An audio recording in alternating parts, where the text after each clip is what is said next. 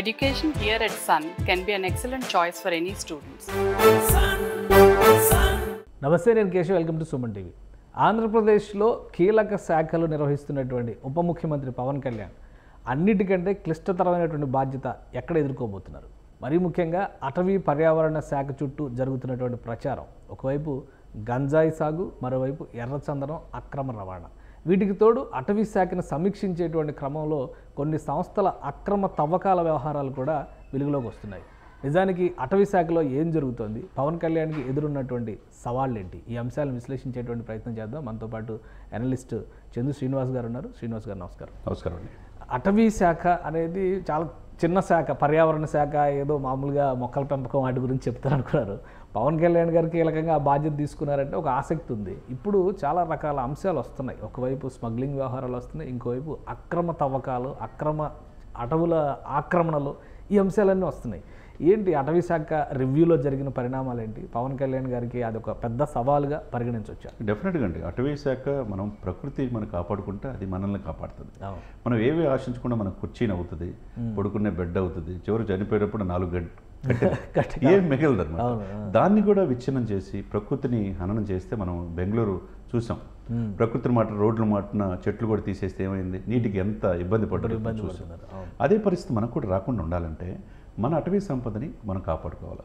ఇప్పుడు గుజరాత్ తర్వాత తీర ప్రాంతం ఉన్నది, ఎక్కువగా 974 కిలోమీటర్లు విశాఖపట్నం నుంచి అప్ టు కృష్ణపట్నం వరకు ఉంది. మన ఫుడ్ ప్రాసెసింగ్ యూనిట్స్ లేవు, తర్వాత అడవులని సంపదను ఉపయోగించుకున్నది లేదు, షూటింగ్లకి అవకాశం లేదు. రకరకాల గత ప్రభుత్వంలో ఎవరు ఇష్టం వచ్చినట్టు వాళ్ళు చేశారు. ఇప్పుడు దాన్ని సంరక్షించుకోవాలి. మీరన్నట్టు ప్రతి గ్రామాన గంజాయి ఎంత ఉందో మనకు తెలుసు. అడ్డాగా మారిపోయింది ఆంధ్రప్రదేశ్. దాంట్లో అధికార పార్టీ నేతలే కంప్లైంట్లు ఎక్కువ ఉన్నాయి. కొంతమంది రైతులకైతే గంజాయి పండించేసారు. గత అధికార పార్టీ పండించారు. ఏఓబి కేంద్రంగా గంజాయి తెలంగాణలో అడుగుపెట్టింది. మూలాలు ఎక్కడంటే ఆంధ్రాయే ఉంటాయి. మరి ఇంత అక్రమంగా గంజాయి పండించడమే కాకుండా గంజాయి సేవించేటట్టు యువతని ఆ మొత్తుకు బానిసలైపోయింది. అది అడిగేవాళ్ళు లేరు.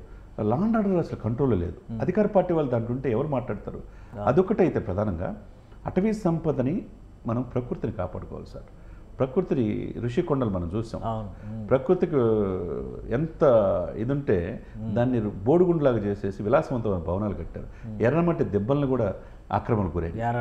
యారాడు కొండలు ఇక ఏది వెంకటగిరి మాటన కొన్ని లక్షల కోట్లు విలువ చేసే కూడా సంపదని కొట్టేశారు. ఇట్లా ఈ విధంగా ప్రకృతిని విచ్ఛిన్నం చేసి గత ప్రభుత్వాలు చేసినవన్నీ కూడా ఇప్పుడు ఎంక్వైరీలు జరుగుతాయి. ఇప్పుడు నిజమేనా ఉత్తరాంధ్ర ప్రాంతంలోనేమో గంజాయి సాగు, ఇటు దక్షిణాదిన ఉన్నటువంటి రాయలసీమ శేషాచలం అడవులంతా ఎర్రచందనం, ఇది నిజంగానే అప్పటి అధికార పార్టీ నాయకుల కనుసన్నలో జరిగింది? 100% అండి. ఎందుకంటే ఒకటండి కేశవ్ గారు, మనకి ఇంత ప్రకృతిని మనం కాపాడుకుంటే మనకు బాగుంటుంది. ఇప్పుడు ఈ అదృష్టమేమో తెలియదు కానీ ఆయన మొక్కలంటే బాగా ఇష్టం. పవన్ కళ్యాణ్ మొక్కలతోనే మాట్లాడతాడు. ఎక్కువ సమయం ఫామ్ హౌస్లో ఉంటాడు, ఆవులు పెంచుకుంటాడు, మొక్కలు పెంచుకుంటాడు. వాళ్ళ అన్నగారు కూడా బర్త్డేకి ఈ యొక్క బొకేలు ఇవన్నీ కంటే ఒక మొక్క తీసుకురండి అని చెప్పేసి అన్నాడు. మొక్కలు పంచండి అన్నాడు. అంటే చెట్టు చిరంజీవి అయితే భవిత బంగారమే ఉంటుంది. అంటే చెట్టు బతికితే ఆ విధంగా కాన్సెప్ట్ ఉన్న వ్యక్తిగా ఆ శాఖలో రావటం యాదృచ్ఛికం కావచ్చు. అటవీ సంపదను కాపాడే బాధ్యత కూడా ఆయన తీసుకుంటున్నాడు. ఇప్పుడు ఎక్కడో కర్నూలులో గ్రీన్ కోస్ట్ సమస్యలు గత ప్రభుత్వం ఇచ్చే పర్మిషన్స్ను ఉల్లంఘించి అటవీ సంపదని ఆక్రమించుకుందనే కంప్లైంట్లు వస్తే అక్కడ డిఓఫోల్ని ఫారెస్ట్ ఆఫీసర్ని పిలిపించి ఇక్కడ రివ్యూ చేశాడు. రివ్యూ చేసేసి దాని మీద నివేదిక కోరుకున్నాడు. అంటే ఎవరైనా దీని వెనక ఎంత పెద్దలున్నా అటవీ సంపదను కొల్లగొడితే కుదరదు అనమాట. దాని మాట అనేక మంది గత ప్రభుత్వంలో ఎర్రచందనం స్మగ్లర్లు గతంలో కూడా పవన్ కళ్యాణ్ నల్లమల ఫారెస్ట్లో జరుగుతున్న యురేనియం తవ్వకాల వాటిపైన చాలా తీవ్రంగా నిరసించారు. రాజకీయాల్లో లేకముందర కూడా ఇచ్చేసారు. అంటే అటువంటి పరిణామాలు ఏమైనా జరుగుతున్నాయా గ్రీన్ కోర్లు కానీ, లేదంటే ఈ కంపెనీల ముసుగులో? డెఫినెట్గా అండి. ఏదైనా కానీ కూడా ఈయన ఎవరిని వదిలిపెట్టడు. అందులో పవన్ కళ్యాణ్ నిజ జీవిత సినిమాలోనే గబ్బర్ సింగ్ కాదు, నిజ జీవితంలో ఆయన ఫారెస్ట్ అటవీ సంపదను కాపాడే బాధ్యత తీసుకుంటాడు. మీరన్నట్టు ఒకవైపు ఉత్తరాంధ్ర అనేది అడ్డాగా మారిపోయింది గంజాయి స్మగ్లింగ్. ఇకపోతే శేషాచలం కొండలు అతి రేర్ అండి. ప్రపంచంలో ఎక్కడ లేని విధంగా ఎర్ర చందనం అనేది శేషాచలం కొండల్లో ఉంటుంది. గత ప్రభుత్వంలో అనేకంగా చంద్రబాబు నాయుడు గారు ఉన్నప్పుడు అనేకంగా గంజాయి పట్టుకున్నారు. అవన్నీ పట్టుకున్నారు, ఎక్కడెక్కడ అక్రమ సవాలు చేసి ఎర్రచందనం కూడా పట్టుకున్నారు.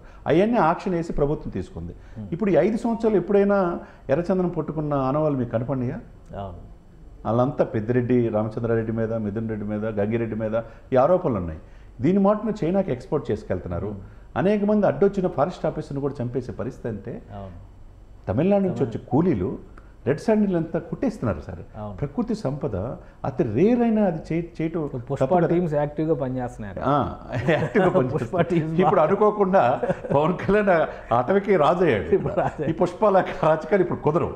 ఇప్పుడు అంతే కదండి. ఇప్పుడు వాళ్ళని మోకాల మీద నుంచోబెడతారు డెఫినెట్గా. ఇక్కడ వీళ్ళకి వాళ్ళకి ఆయుధాలు కూడా ఇవ్వచ్చు ఇక్కడ. ఎందుకంటే ప్రకృతిని మనం కాపాడుకుంటే అంటే గతంలో తిరుమల పవిత్రతను కాపాడడం ప్లస్ తిరుమలలో ఉండేటువంటి అరుదైన జీవజాలానికి శేషాచలం ఫారెస్టే ఆలంబన అనేటువంటి నిర్ణయం వాస్తవం ప్రభుత్వాలు కూడా చేసినాయి. అక్కడ ప్రత్యేకంగా ఎర్రచందనం పెంపు బాధ్యతను తీసుకున్నాయి. సో ఇప్పుడు ఎర్రచందనం తరిగిపోతుంది అంటున్నారు. సో దీన్ని కాపాడాల్సిన బాధ్యత ఉంటుంది. ఇంకోటండి, deputy forest range Srinivas Prasad అని డిప్యూటీ ఈయన కన్జర్వేటర్ ఆఫ్ ఫారెస్ట్ అనమాట. అతను ఎవరు రిఫర్స్ లేకుండా సమర్థవంతమైన ఆఫీసరు. ఉభయ రాష్ట్రాల మీద ఒక అవగాహన ఉంది ఫారెస్ట్ మీద. ఆయన్ని పిక్ చేసుకున్నాడు పవన్ కళ్యాణ్. తీసుకున్నాడు ఆల్రెడీ. కృష్ణప్రసాద్ ఎట్లయితే పంచాయతీరాజ్ ఫోకస్ పంచాయతీరాజ్ గ్రామీణాభివృద్ధి మీద అతను ఫోకస్ చేస్తాడు. ఎందుకంటే కేరళలో ఆల్రెడీ ప్రూవ్ చేసుకున్నాడు.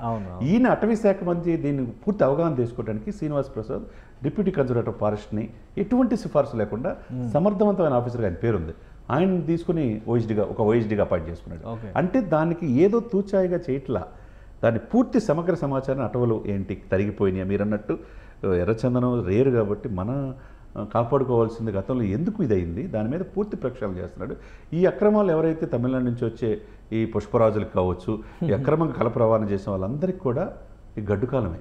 అవసరమైతే కనిపిస్తే కాల్చివేత ఉత్తర్వులు కూడా తీసుకోవచ్చు. ఎందుకంటే ఫారెస్ట్ వాళ్ళకి ఆయుధాలు ఇవ్వాలి. దీని మాటన సమర్థవంతమైన ఐఎఫ్ఎస్ ఆఫీసర్ని, డిప్యూటీ ఫారెస్ట్ రేంజర్ని కూడా ఈ యొక్క స్మగ్లర్స్ చంపేశారు సార్, హత్యలు చేశారు.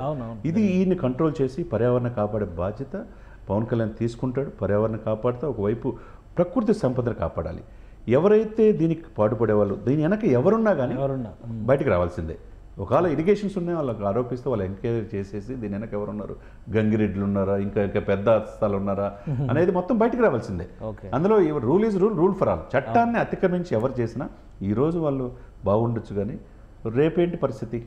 సో చర్యలు తీసుకోవడానికి పక్కగా అవకాశాలు ఉంటాయి, డెఫినెట్గా ఉంటాయి. ఎందుకంటే ఆంధ్రప్రదేశ్లో 3 ఫారెస్ట్లు చాలా ముఖ్యమైనటువంటి ఫారెస్ట్లు. ఇటుపక్క నల్లమల, అటుపక్క ఏఓబి ఆల్రెడీ బోర్డర్, అక్కడంతా కూడా దండకారణ్యం అంటాం మనం. అది కూడా చాలా కీలకమైన. శేషాచలం చిన్న ఫారెస్ట్లు వేరే ఉన్నాయి, కానీ ఇవి చాలా ముఖ్యమైనవి. ఇక్కడ ప్రొటెక్షన్ అనేది చాలా ముఖ్యం, అవసరం. సో ఇప్పుడు ఓఎస్డీగా బాధ్యతలు తీసుకున్న శ్రీనివాస్ ప్రసాద్ గారు దీనిపైన ప్రాపర్ టీమ్స్ని, ప్రాపర్ విజిలెన్స్ని క్రియేట్ చేయగలరు. డెఫినెట్గా ఆయన చేయగలరు. ఎవరైనా సమర్థవంతమైన ఆఫీసర్ ఎలా చేస్తే ఈ అడవులను కాపాడుకోవచ్చు. 5 సంవత్సరాలు ఎందుకు అడవులు కుచించుకుపోయినాయి, అడవులు కూడా ఆక్రమించేసుకున్నారు సార్. ఇది దారుణం కదా. మడా ఫారెస్ట్ అంతా కోస్టల్ బెల్ట్ ఈ తీర ప్రాంతం అన్ని కూడా కాపాడుకోవాల్సిన బాధ్యత పవన్ కళ్యాణ్ గారి మీద ఉంది. డెఫినెట్గా సమర్థవంతమైన టీంని తీసుకుంటాడు. దీనికి ఫారెస్ట్ ఆఫీసర్స్ కూడా ఆయుధాలు ఇవ్వాలి. ఈ యొక్క తమిళనాడు నుంచి వచ్చి ఈ అక్రమంగా ఈ ఎర్రచందనం స్మగ్లింగ్ చేసే వాళ్ళందరూ కూడా వాళ్ళు కూడా చూసారా, ఎర్రచందనం అన్ని కూడా బెంచ్ కార్లు BMW తీసుకెళ్తుంటారు.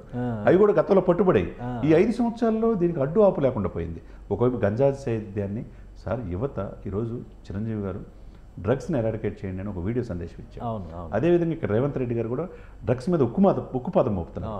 అదేవిధంగా యువత చెడు మార్గాల్లో పోకుండా ఈ గంజాయిని కూడా స్టాప్ చేయాలి సార్. ఎక్కడ చూసినా ఆంధ్రప్రదేశ్ మూలాలు ఉన్నాయి. గంజాయి విచ్చలవిడిగా సాగు చేస్తున్నారు దేశవ్యాప్తంగా. గంజాయి అడ్డా అవుతుంది. ఈ గంజాయిని కంట్రోల్ చేయాలా, ఆదర్శవంతంగా ఆంధ్రప్రదేశ్ని తీర్చిదిద్దాల్సిన బాధ్యత ఇటు చంద్రబాబు నాయుడు గారికి ఎంత ఉందో పవన్ కళ్యాణ్ గారు కూడా అంతే. అంటే ఏపీలో శీలావతి రకం అని చెప్పని స్పెషల్గా పండిస్తారంట గంజాయి. అందుకని ఏపీ దానికి ఫేమస్ అయిందా, లేదంటే మామూలుగానే సాగు చేయడం? మామూలుగానే ఎక్కడున్నా కానీ గంజాయి అంతా కూడా ఇక్కడ ఉంది. ఇప్పుడు మనం ప్రముఖ సినిమా యాక్టర్లు, యూట్యూబర్స్ కూడా గంజాయి సేవిస్తే హైదరాబాద్లో పట్టుబడుతున్నారు. నిన్న పబ్లో డీజే సప్లై చేస్తే దొరికిపోయింది. ఏదో సప్లై ఏదైనా కానీ సార్, ఈ గంజాయిని, ఈ డ్రగ్స్ని, ఈ యొక్క అరాచకవాదులకి అడ్డంగా మారిపోయి అనేక మంది సామాన్యులు నలిగిపోతున్నారు సార్. వ్యాపారాల కోసం, కొద్దిమంది పబ్బుల కోసం ఈ గంజాయి డ్రగ్స్ సేవిస్తా, సినిమాలు కూడా అంటిస్తా, ఈ రకంగా చేసే మొత్తం ఎరాడికేట్ చేయాల్సిన బాధ్యత ఉభయ రాష్ట్రాల ముఖ్యమంత్రికి ఉంటుంది. రైట్. సో అందులో పవన్ కళ్యాణ్ గారిది కీలక పాత్ర ఆ శాఖలో ఆయన దగ్గర ఉంది కాబట్టి ఈ యొక్క బార్డర్ నుంచి ఈ శేషాచలం కుండలు కావచ్చు, ఏఓబి కావచ్చు, లేకపోతే ఉత్తరాంధ్రకు సంబంధించిన అడవులు, ఈ తీర ప్రాంతం గంజాయికి సేదంగా ఈ మన్యం ప్రాంతం, మారేడుమల్లి, చక్కగా ప్రకృతికి రమణీయమైన ప్రదేశాలు ఉన్నాయి సార్ కేరళలాగా. దీన్ని కాపాడుకోవాల్సిన బాధ్యత ఇక్కడ అటవీ శాఖ మంత్రిగా పవన్ కళ్యాణ్ మీద అందరికంటే ఎక్కువ ఉంది. డెఫినెట్గా 100% ఆయన సక్సెస్ సాధిస్తాడు. Right. Thank you Srinivas garu, మీ అభిప్రాయం తెలియజేసినందుకు. ఇది ఆంధ్రప్రదేశ్లో కీలకమైన అటవీ క్షేత్రాలుగా ఉన్నవన్నీ కూడా అరాచకాలకు కేంద్రంగా మారుతున్నాయి. దీనిపైన ప్రత్యేకంగా పవన్ కళ్యాణ్ ఆ శాఖ మంత్రిగా బాధ్యతలు స్వీకరించిన తర్వాత ఫోకస్ పెట్టారు. సమర్థులైనటువంటి అధికారులతో ప్రత్యేక టీములను కూడా ఏర్పాటు చేస్తున్నారు. సో వీటికి సంబంధించి ఎలాంటి లింకులు ఉన్నా కానీ, ముఖ్యంగా పై స్థాయిలో ఉన్నటువంటి వ్యక్తులు, గత ప్రభుత్వంలో కీలక పాత్ర పోషించినటువంటి వారికి సంబంధించినటువంటి లింక్స్ పైన కూడా ఫోకస్ పెడుతున్నారు. ఒకవేళ దాని నిజమైతే, ఈ ఆరోపణలు నిజమైతే కఠిన చర్యలు ఉండేటువంటి అవకాశం ఉంది. అలానే రాష్ట్రంలో డ్రగ్స్ సేవించడం అనేది ఫ్యాషన్ ఎట్టి పరిస్థితుల్లో కూడా కాదు. యువత పెడదారిన పడితే రాష్ట్రం దౌర్భాగ్యమైన స్థితిలోకి వెళ్ళేటువంటి పరిస్థితి ఉంటుంది. కాబట్టి వీటికి దూరంగా ఉండాలని సుమన్ టీవీ మనవి చేస్తుంది. ఇది special discussion. Keep watching. Suman టీవీలో మీ పర్సనల్ అండ్ బిజినెస్ ప్రమోషన్స్ కోసం కింది నెంబర్కి కాంటాక్ట్ చేయండి.